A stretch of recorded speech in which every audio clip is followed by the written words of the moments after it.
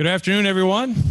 Welcome to the Cade Museum for this June 1st meeting of the Rotary Club of Gainesville. My name is Tom Collette, your Sergeant at Arms. It's time to begin our meeting. As we do so, please silence your cell phones. And if you're watching this after the fact on YouTube, remember to register your participation by sending us an email to info@rotarygainesville.org. That's info@rotarygainesville.org. We begin today, as we always do, with a song and the Pledge of Allegiance. Back after missing last week to lead us in that, please welcome Pete Enwall. Thank you very much. Thank you very much. Okay, so some of you don't know that before I had my regular job, I used to work in a Pillsbury flour factory, but I got the sack, and so then I'll try a men's tailor shop, but it was just a so-so job, and it really didn't suit me. So after 2 weeks, you think I could come up with better ones, but no, I can't. We're going to sing God Bless America. God bless America, land that I love. Stand beside her and guide her through the night with a light from above. From the mountains to the prairies, to the oceans wide with foam. God bless America, my home, sweet home. God bless America, my home, sweet home. Join me in pledging allegiance to our flag. It's right here. I pledge allegiance to the flag of the United States of America and to the republic for which it stands, one nation under God, indivisible, with liberty and justice for all. Thank you, Pete. Please remain standing now for our invocation for our meeting today, offered via Zoom by Kevin Thorpe. Kevin? Lord, we are forever grateful for this day. It is one that we have never seen before, and when it is past, we will never see again. We pray specifically for each of our families that may be going through periods of great trial and struggle. We pray that you comfort them as only you can. We thank you in advance for today's speaker and today's subject of learning how to pivot even during this time of pandemic. Bless us as only you can. It is for your sake and for your glory we pray. Amen. You may be seated unless you are one of our guests and the member with that guest. Don Bugos has the wireless microphone to bring to you.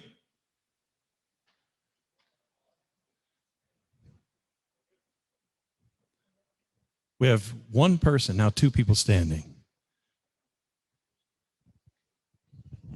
Good afternoon, fellow Rotarians. I'm Grace Horvath, and I'm going to introduce my guest, who's not really a guest, but kind of a guest, which is Scott Schroeder, a member of the club in the past and looking to come back and join us again.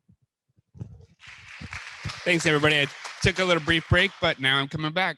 Glad to be here.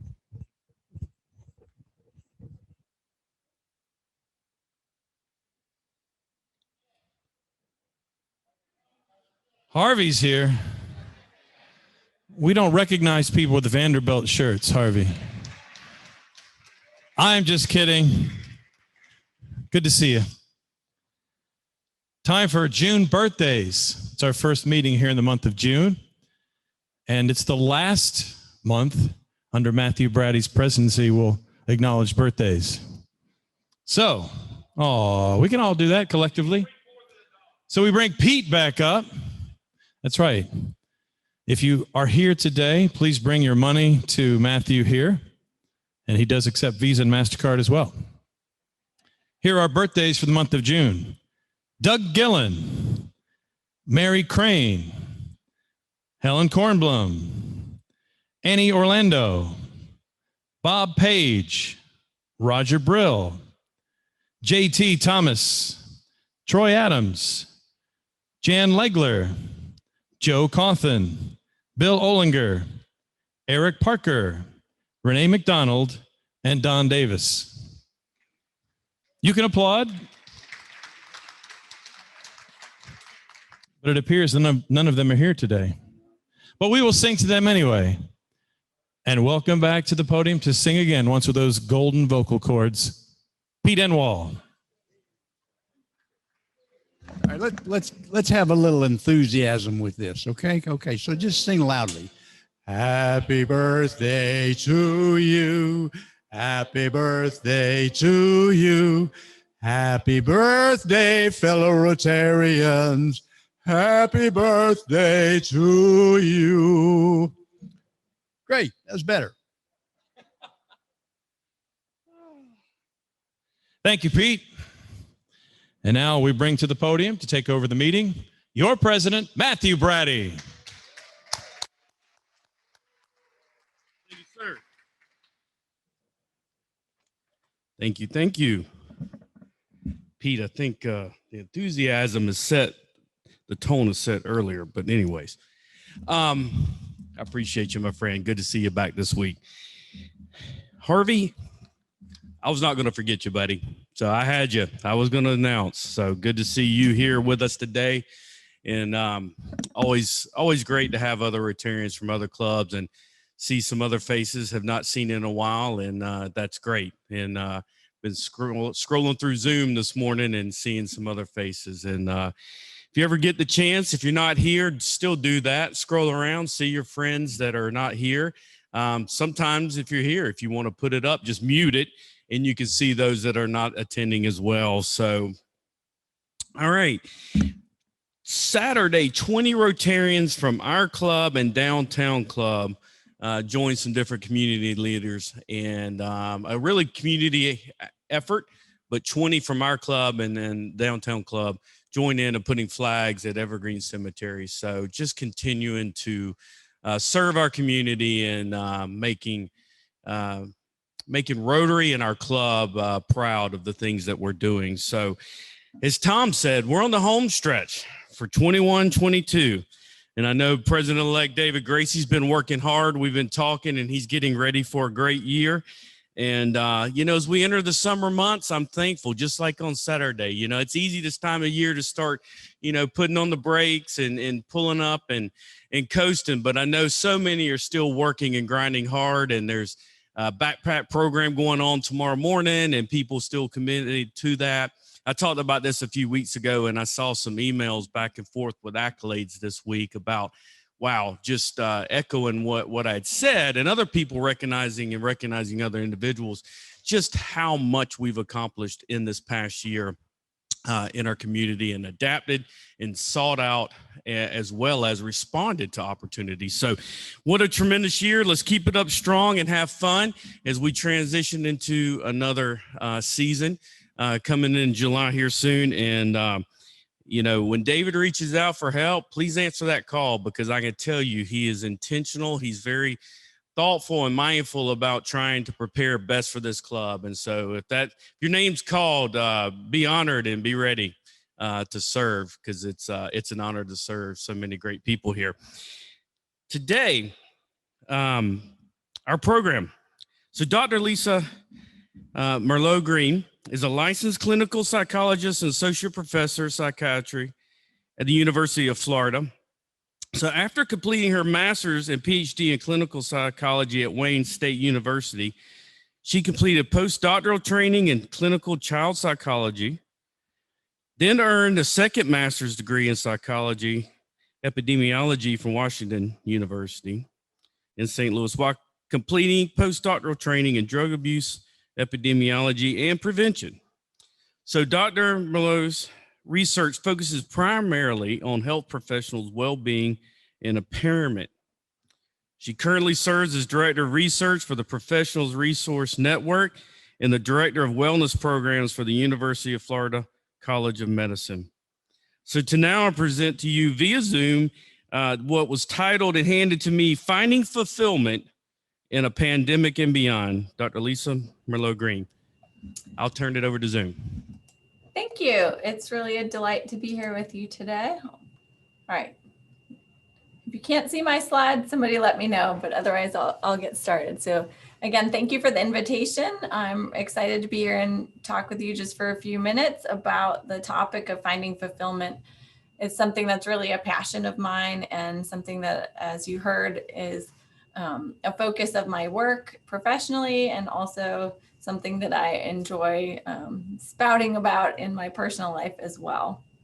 So we'll go ahead and jump right in. I'm going to cover really the 4 steps as I see them to finding a fulfilling life. And as we're all sort of trying to transition out of this last 15 or so months of pandemic lockdown, isolation, social distancing, all these sorts of things, there's going to be some themes coming through that'll hopefully make sense to you in terms of things that maybe we're missing or things that we want to continue working toward re-enhancing or bringing back into our lives, and some of the things that we've noticed that really make a difference in terms of our happiness, our well-being, and really this idea of fulfillment in life. So the first step that I'd like to introduce to you is the idea of having intentional goals and realistic expectations for ourselves and for our lives. And what this refers to is all of us personally choosing carefully for ourselves, what is it that we want? What do we see as an accomplishment for ourselves? What do we see as valuable and valued in our own lives? And the tricky part here is that that's going to be different for everyone. And so oftentimes what happens is, as we're growing up or as we're sort of looking forward to, you know, our future career or our ideas about our vocation, whether that be having a family or single life or, you know, perhaps entering the clergy, who knows, whatever it might be, there are going to be a lot of people with a lot of suggestions and a lot of expectations and a lot of ideas about what success looks like. And the reality is that the happiest people are the ones who define success for themselves. So I'm going to talk about a few things that come into play in regard to that. So the first is really this idea of evaluating success on your own terms.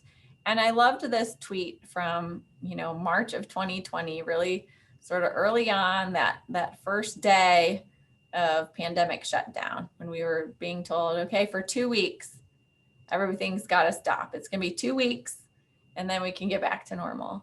And even at that point, there were already some people like this guy, Sean Murata, who recognized that, you know what, when things change, our expectations need to change. And what makes sense for me may not be what makes sense for you. And so he said, well, I know one piece of medical advice I won't be following in these times, and it's the American Academy of Pediatrics guidelines on screen time.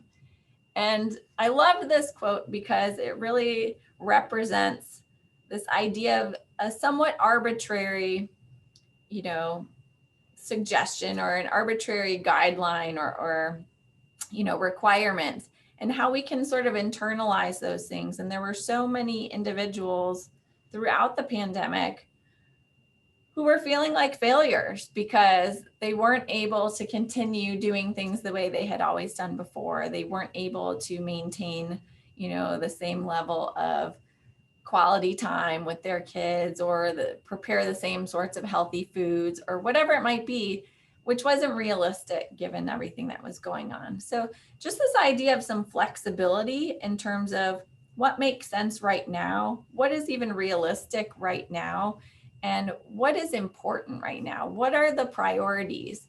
And using those priorities to determine where you're going to put your energy, because we can't put 100% of our energy into everything all the time.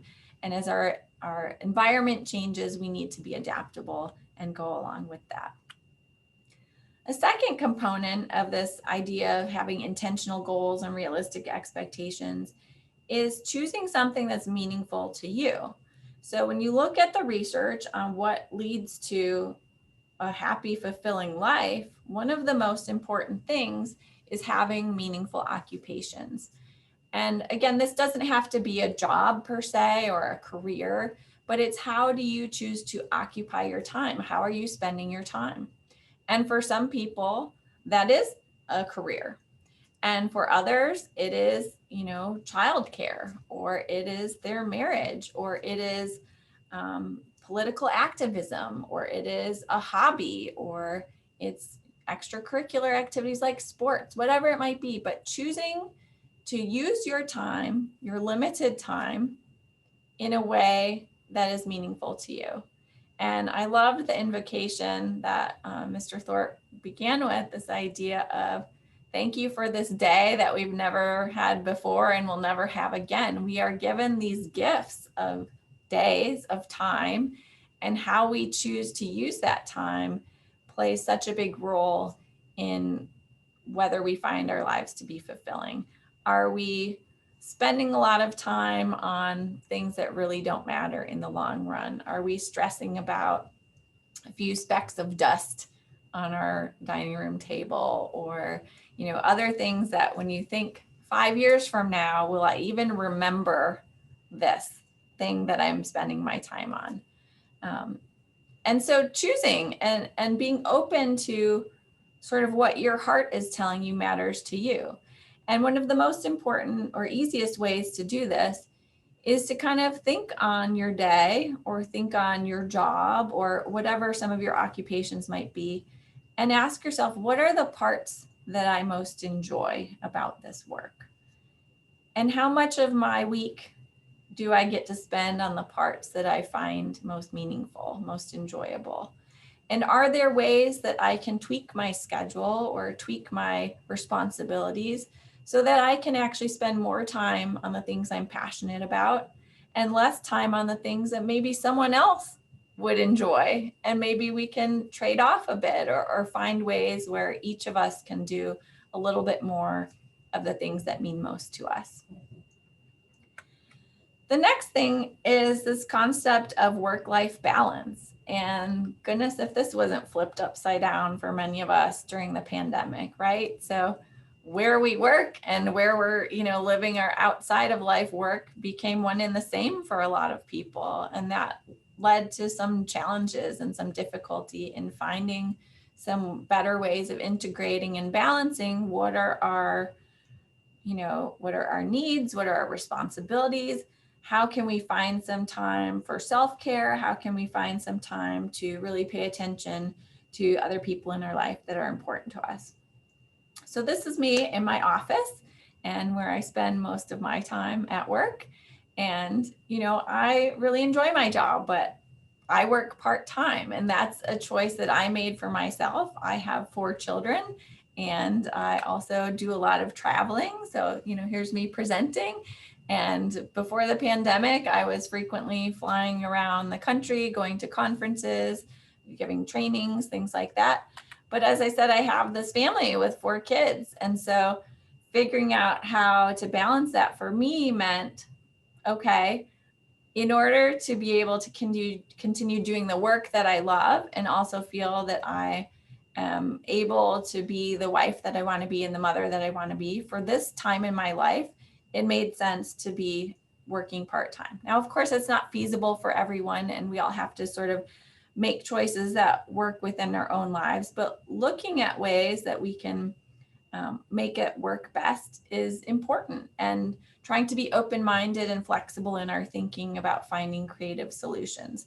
So one of the creative solutions that I came up with is that when my kids were small, I would bring them with me. So here I am at a conference asking a question, and I had my little guy Justin there, who apparently had his own question to ask. He was pretty excited about the opportunity to get the microphone.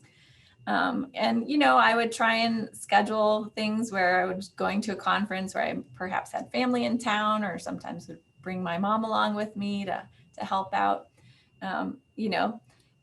Sometimes works better than others, though. And that's something important to keep in mind too, is that even when other people seem like they figured it all out and have it all together, oftentimes it's because we're not seeing the whole picture. So here's another example of my work-life balance, is bringing my children to a dentist appointment here at the University of Florida, walking through the hospital where I'm an employee, and my son vomited all over me. And so here I was, thankfully not a work day, but sort of crouching through the hospital, trying to hide to make sure that I didn't run into the dean in the hallway or something like that as I was covered in vomit. So, just having this idea that really we need to give ourselves a break. We need to not have these unrealistic expectations that everything's going to be Pinterest perfect all the time. And that even if it seems like other people have it all together, the reality is we don't have any idea what's going on for the most part in other people's lives. And recognizing that if we give ourselves that grace to not be perfect, not be at our best, that's going to really benefit us in the long run. Lin-Manuel Miranda, who is the developer, the creator of Hamilton, if you're familiar with that, has a wonderful quote, I think. So on the right-hand side there, you can see a tweet that he had sent out where he said, in 2008, I bought Chernow's Hamilton biography to read on vacation. And now Hamilton musical rehearsal starts today. This is when he was just starting the beginning of this, what's now become a worldwide phenomenon. And I think that's so important. He was on vacation when the idea came to him. And as he said, whenever my life gets too hectic and I feel like I'm piling on too much, I remind myself that the best idea came to me when I took a effing break.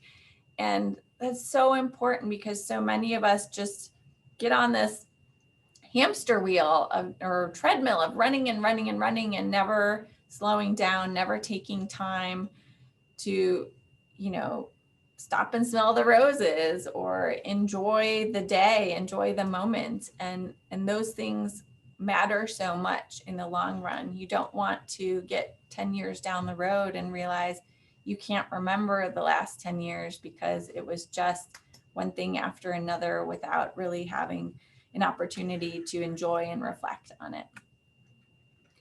And that brings us into the step number 2, which is prioritizing our relationships. And that's really the other major thing when you look at research on a fulfilling life, in addition to these meaningful occupations, is having meaningful relationships that we put our time and our energy into cultivating. And that, I think, more than anything, is one of the primary lessons of this pandemic, is learning that we do need to invest in what matters most. And for many of us, that is our family relationships or our friendships or even some of our work relationships that have suffered a lot as people are working remotely or, even if you're back in the office, many times people are closed off behind locked doors or hidden behind masks, and we're not able to have those connections and those moments of getting together spontaneously just to laugh, to connect, to share with one another. And so as humans, human connection is really vitally important. And we saw that for the people who were really isolated. And we saw that with the creativity of the human spirit in finding ways to connect and to celebrate and to share, with the car parades and the Zoom calls and the signs held through windows and just all the things that people were able to come up with to show, I love you, and to say you matter to me. And my hope is that as we continue to transition back into having more opportunities for social connection, that we don't lose sight of that, and that we don't start taking for granted again our ability to be together and our ability to spend time with one another and with the people that matter most to us. On the same line, though, it's important to sort of choose who you spend your time with. And this is something that, if you ask a 5-year-old who's your best friend, that might change from day to day, but generally any friend is someone who's around the same age as them. And, we don't do a lot of, we're not so picky when we're young, but as you get older and you have exposure to more and more people and you have more more people to choose from, sometimes we find that we hang on to relationships that are not necessarily healthy or fun or revitalizing for us out of some sense of obligation, or just because I've known this person for so many decades. We don't have to do that, right? So if you're friends with someone just because you've known them since you were 12, well, do you enjoy the time you spend together? Are you getting anything out of this relationship? If you're not, it's okay to sort of choose to move on or to spend less time and less energy on some of those relationships, and then invest your energy in the ones that do matter most to you, the ones that are a positive influence on you. And so, if you have 5,000 Facebook friends or Instagram followers, how many of those are really quality relationships? Would it maybe make sense to figure out who are the people you value, who are the people who are most similar to you, or have something that are more similar to this quote here: things are never quite as scary when you've got a best friend. And so it's important to spend the time investing in those relationships that do matter. And sometimes that may mean that we have to let go of some of the relationships that have maybe had their time and now their time is done. A final thing about this one is the cell phone, and really just a plea to be wary of how your cell phone is impacting your relationships in particular, but your life as a whole. This really can become almost an addictive experience for people, where we see so many relationships now that the cell phone has gotten in the middle. And this might be parent-child, where the kids aren't getting the attention that they really need from parents or from grandparents or aunts and uncles or whomever, because we're distracted by our phones. Certainly in romantic relationships, we see this as a problem, where it's almost two people living next to one another as they're both staring at their own phone, as opposed to sharing a life together. And it can interfere with the formation of new friendships as well. If you're so busy staring at your phone, you're not able to strike up a conversation with a stranger or find out that someone may have some similar interests as you. And while phones are a useful tool, what we want to do is make sure that we use them as a tool, and that we use them when it's convenient for us, not that the phone is something that's sort of taking over our life and pulling us away from other things that may matter more. The third thing is living life today, really starting to be more mindful of, what's going on, what am I doing right now, what is my reality. And again, here's where COVID was really a kick in the pants on that one, right? Is all of a sudden there was just a new reality, one that none of us could ever have planned for or even probably imagined. I mean, something straight out of a movie that you wouldn't have thought could ever come true. But learning to accept reality for what it is and adapt accordingly is vitally important. So, if there are new rules, then we have to sort of be flexible and learn to live within that and figure out, okay, what can I do given the constraints that I may be facing now? And as rules change again, then how might I adapt again? And not just with regard to the pandemic, but life in general. As we go through different phases of life, maybe you have different age children, and so you're having to adjust what is allowed or expected of them, or maybe it's you're getting a new boss and they might have different expectations, or maybe you've changed your job, or a relationship has come to an end, or whatever it might be.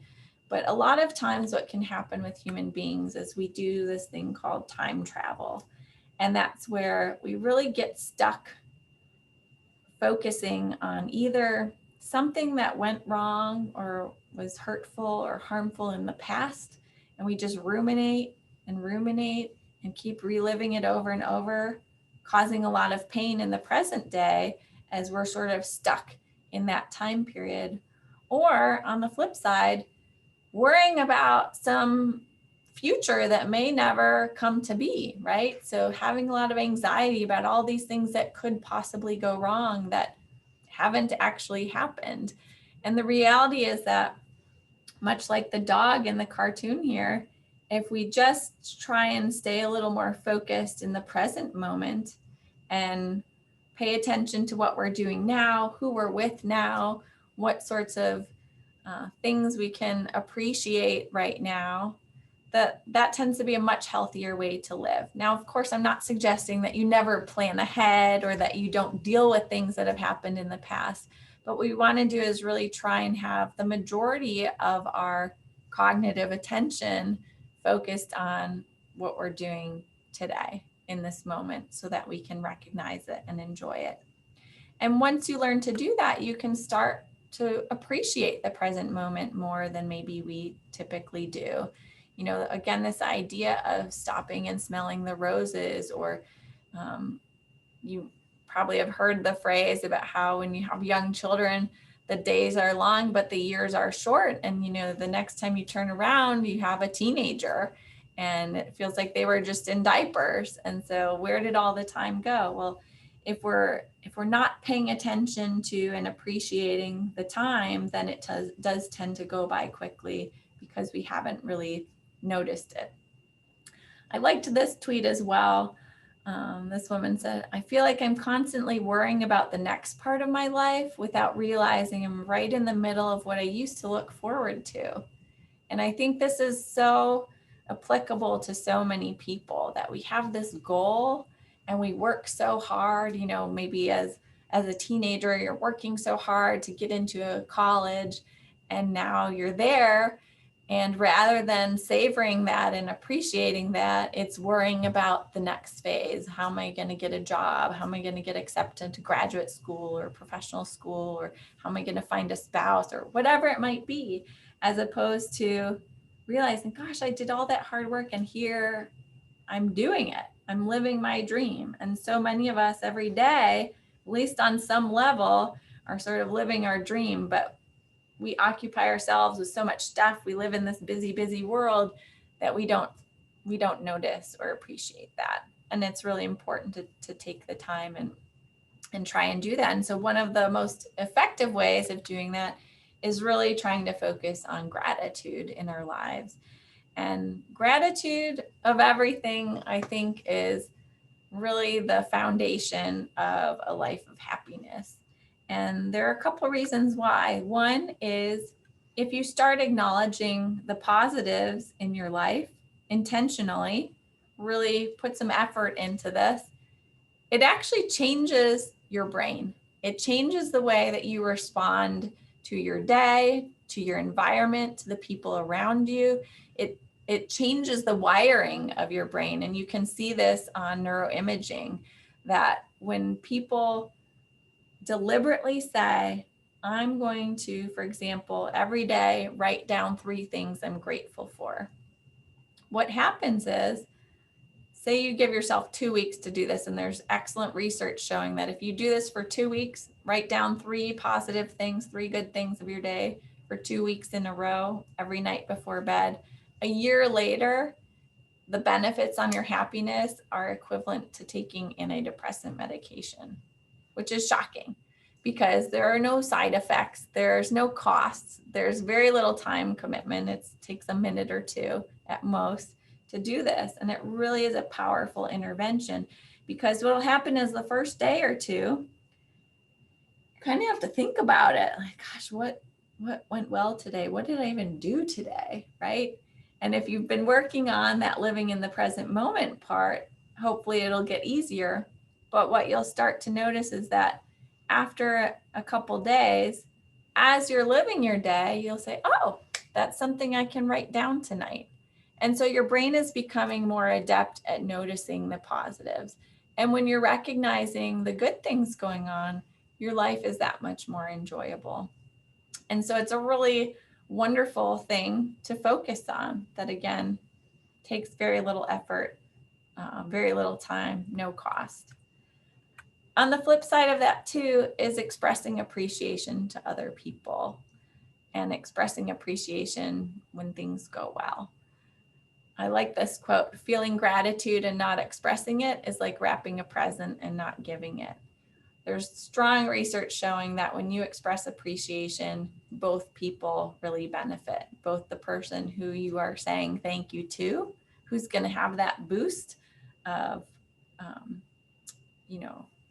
confidence and that boost of feeling cared for and appreciated.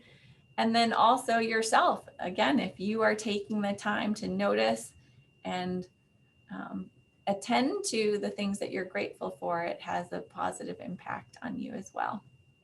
And so I was probably just about at the time that I was hoping to stop. And so I will say thank you for your attention, and I'm happy to take any questions or discussion or whatever might be useful for you.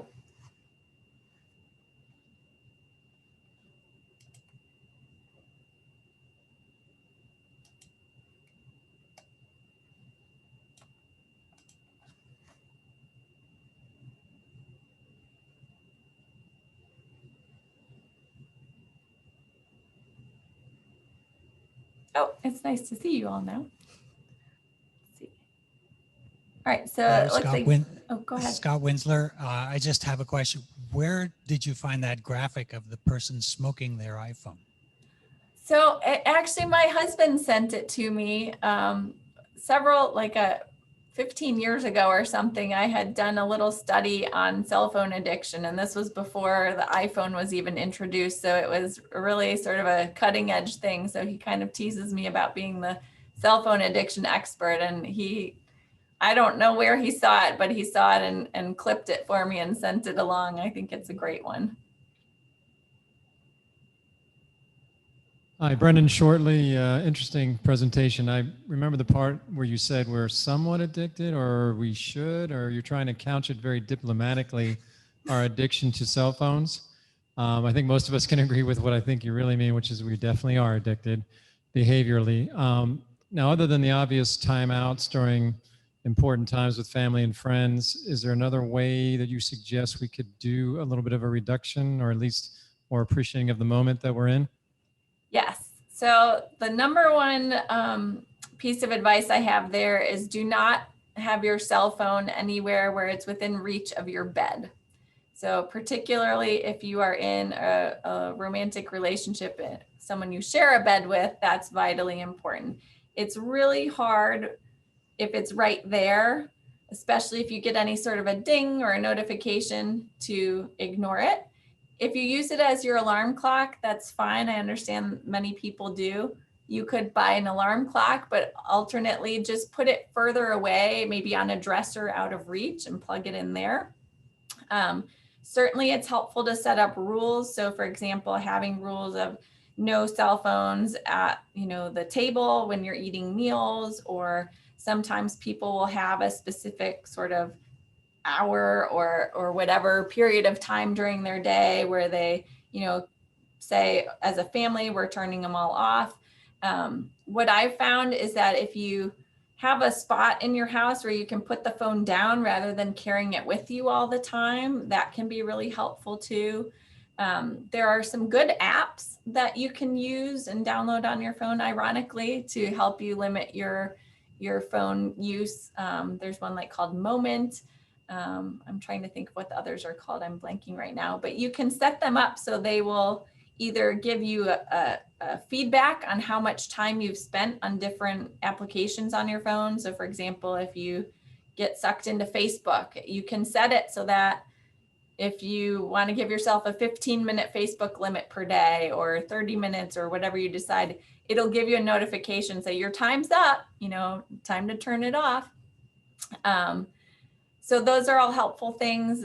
The main thing is if you just make the decision to put it out of reach, that tends to be the most helpful. It's very hard to break that tether. And for me, I know I have, like I said, 4 young children. I can't carry my phone around with me because I know that if I do, they'll be saying, "Mommy, mommy, watch me." And I'll be like scrolling through the news. And that's not the kind of mom that I want to be. Another really helpful thing is turn off notifications on your phone for as many things as you can. If there are specific things that you need to have a notification about, then okay. But every blip that you get, it's going to suck you back in. And once you open the phone, there's just too much temptation there to put it right back down. So you might have a stupid blip about something doesn't even matter, but now you've unlocked the phone or now you've opened it. Putting a lock on your phone can help too. So if you have to use a passcode to get into it, that'll slow you down and sometimes can be enough of an obstacle to say it's not worth it right now, especially if you make a really long passcode. That can help too.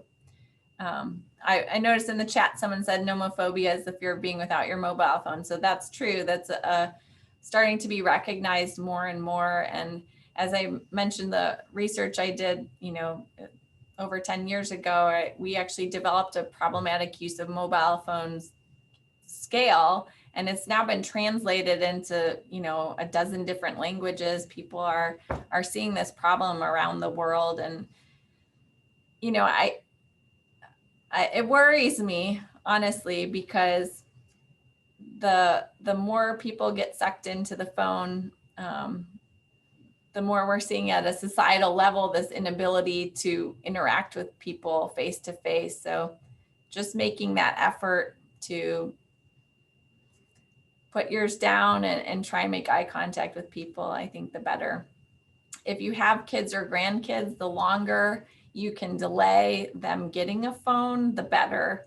So for example, my kids, they don't get a phone until they've graduated 8th grade. And, they hated me for it, but we saw even once they got the phone, a really big shift in the behavior and not in a good way. So I think to the extent that you can put on those artificial limits, I think it's helpful because most of us don't have the willpower to resist without them. My name is John Gregory. I wonder if relative to writing down the 3 things, can you write down the same thing each day? Yeah, so that's not the best way to do it. It's certainly more effective if you try and look for novel things. Now, if it's something that is really genuinely something that brings you joy every day, then sure, go ahead. If you can appreciate it every day. But if it's something you're writing down just for the sake of getting the assignment done, then I think that that's probably not the point. There's actually you can add extra steps to it also. I'm not sure if they've really demonstrated that it adds much, but sometimes people will add in another step of what is the actual emotion that I felt as a result of this? Because there are a wide variety of positive emotions you can feel. So it might be excitement, or it might be happiness, or it might be love, or it might be gratitude, or whatever it might be. So writing down that emotion can sometimes be another way just to really start getting your brain to think about these things in a more intensive way.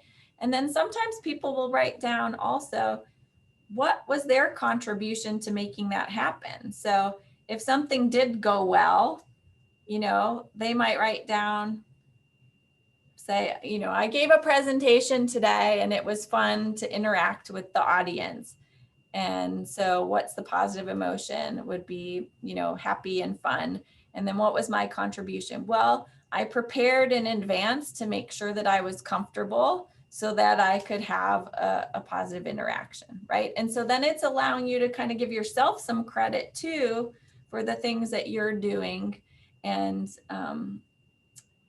give yourself sort of that little boost, especially if you are feeling more isolated or you don't get a lot of positive feedback from other people. It's important that we take the time to acknowledge the things that we're doing as well. We have a question from one of our Rotarians watching on Zoom.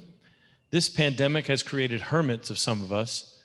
How do you gently encourage those hermits to come back out into the world? Yeah, so that's a real phenomenon that we're seeing is there's a lot of people for whom there's a lot of anxiety associated with getting back into the groove of things. And some of it is health related anxiety and some of it is social anxiety.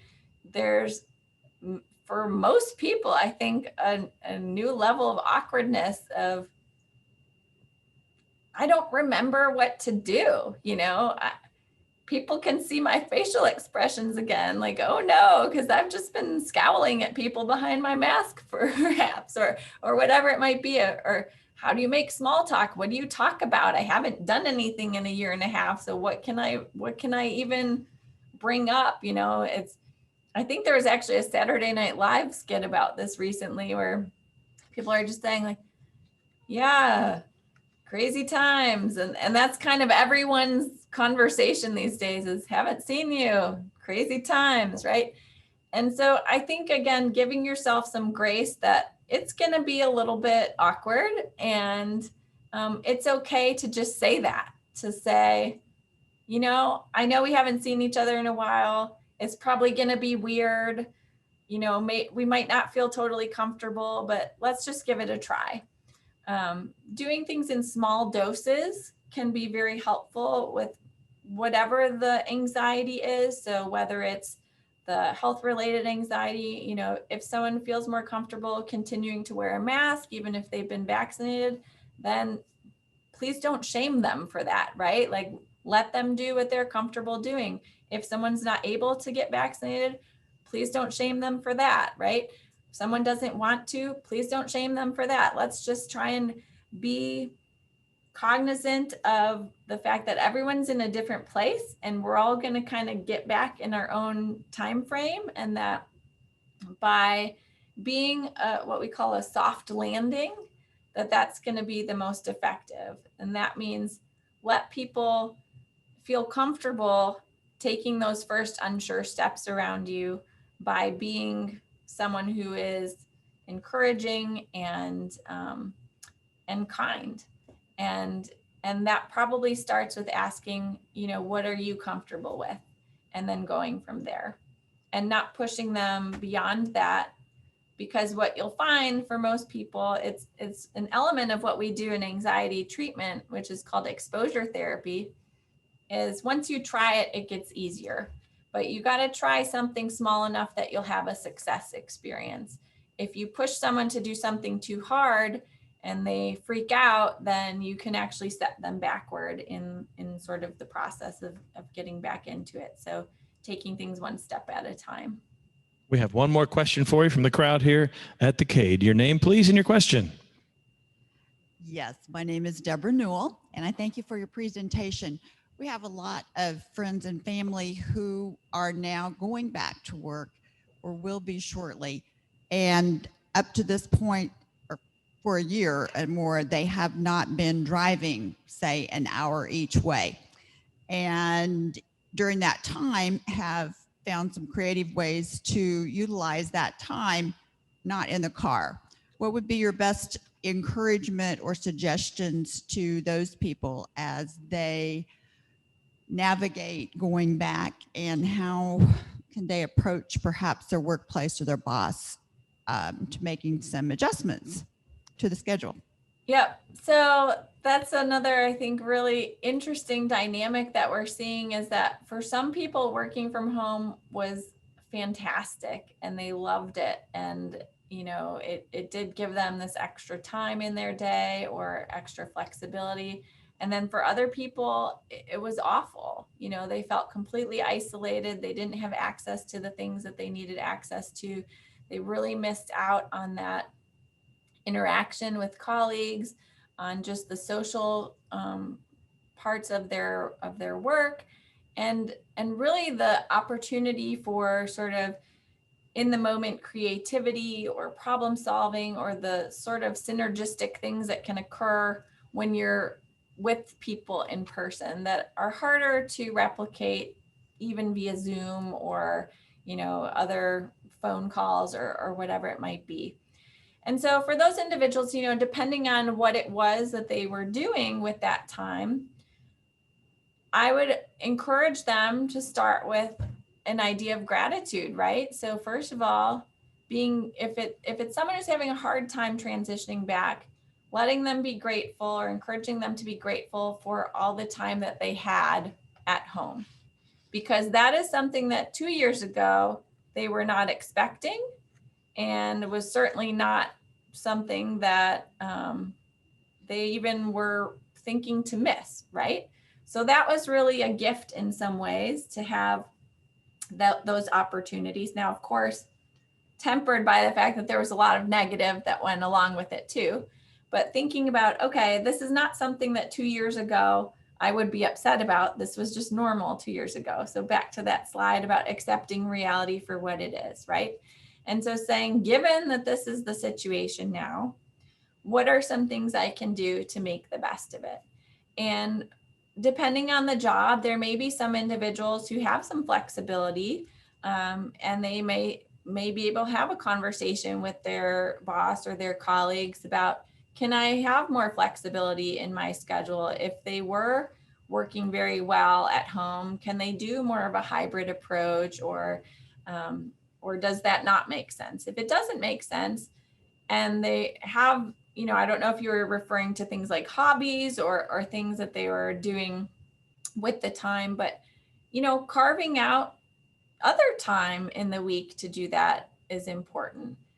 But I think the most important thing is to go back to that work-life balance idea or work-life integration idea and ask yourself, am I spending my work time focused on work, and then able to, when I get home, focus on what I'm doing now? And that's really the key. So many times we try and multitask or do both at once, or, you know, we're at home and we're doing work email, or we're at our, you know, grandkids' soccer game and we're answering work calls, or whatever it might be. And what happens then is you're not really doing a good job on the work, and you're missing out on what you're there to be doing. And so you end up feeling like you're failing everybody in some ways. Whereas if you just say, okay, I say you work 8 to 5, from 8 to 5, I'm going to be focused on this. And then when I get home, I'm going to turn it off. Now, if you're a physician and on call and you have to be available, okay, that's one thing. But there are plenty of jobs where we internalize these expectations, like I was saying at the beginning, that are not real. That, you know, what's going to happen if you set a boundary and say, I'm not answering work emails after 5 p.m. or I'm not doing work emails on the weekends, or whatever it might be. And again, you have to figure out for yourself, for your life, with your boss, what boundaries are realistic. But finding ones that are comfortable for you is really important. And then if there's people who have a long commute, there are certainly things that you can do to make those commutes more enjoyable. So for some people, it's getting a hands-free headset for your phone and using that time to reconnect with people that you don't have time to talk to on the phone once you get home.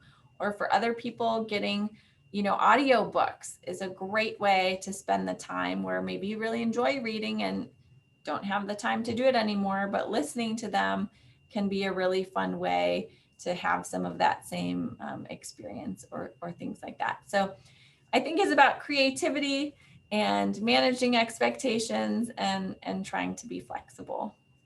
How about a nice hand, everyone, for Lisa Merlo Green? And before Matthew takes the podium, just a couple of funny stories. I actually know someone who said they enjoy wearing the mask because they can put off doing dental work. And we knew about the whole cell phone thing 20 years ago. My wife, who was with Altel, said she and all of her associates called their phones their Crackberry. The Crackberry, yes, absolutely.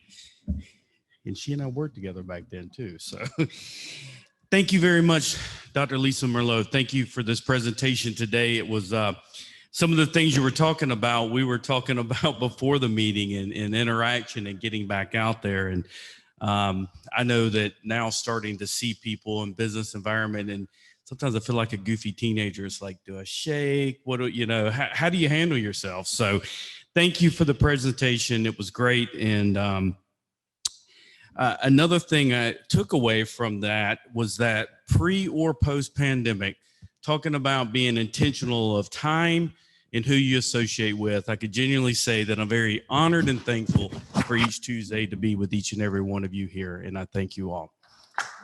Yes. So let's wrap it up with a quote of today, a quote for today.